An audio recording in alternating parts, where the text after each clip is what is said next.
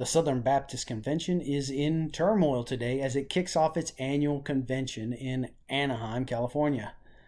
Unless you've been hiding in a cave for a while, you probably know that Christianity has been in rapid decline in the U.S., and especially in the mainline denominations. Southern Baptist churches, however, have largely resisted this trend.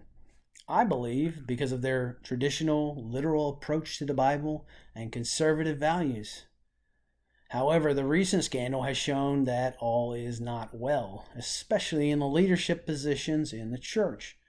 In particular, much like what happened in the Roman Catholic Church, sexual scandal has reared its ugly head, and to make matters worse, instead of confronting and dealing with it in a biblical manner, it's been ignored, excused, and resisted. So what caused this? And how do we fix it? While there is no doubt that the cultural and sexual revolution of the 60s and beyond has affected the church and its leaders, I believe the root of the problem is much older and much more serious. Let's go back in time. When the Romans began accepting Christianity around the 4th century, they did what they had always done. They added on Christ to their pantheon of deities. They began to mix Orthodox Christianity with the popular religious beliefs and deities that they worshipped.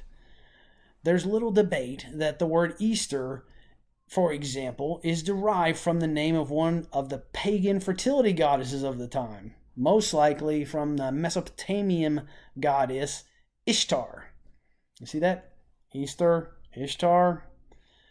And so the mixing of the truth of Christianity with the lies and seduction of sex and religion began in earnest way back then and continues to this day. Every spring, in every Southern Baptist church I've ever attended, they joyfully declare, "Happy Easter!" Happy Ishtar? Pagan fertility goddess? On what is supposed to be the most holy day of the year for a Christian? And then what do? They invite your children to go on a fun hunt for painted eggs, fertility, and bunnies, fertility.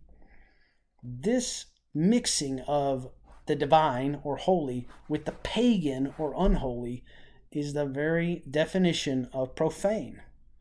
And I'm so sick of the excuses that everyone I talk to that participates in this has to offer. Oh, it's different now. We know the history, but we're using it for good, to reach people, to bring in the lost. Or we have to do it. It's tradition. Old Lady Eleanor would be so upset if we didn't have an egg hunt for little Timmy.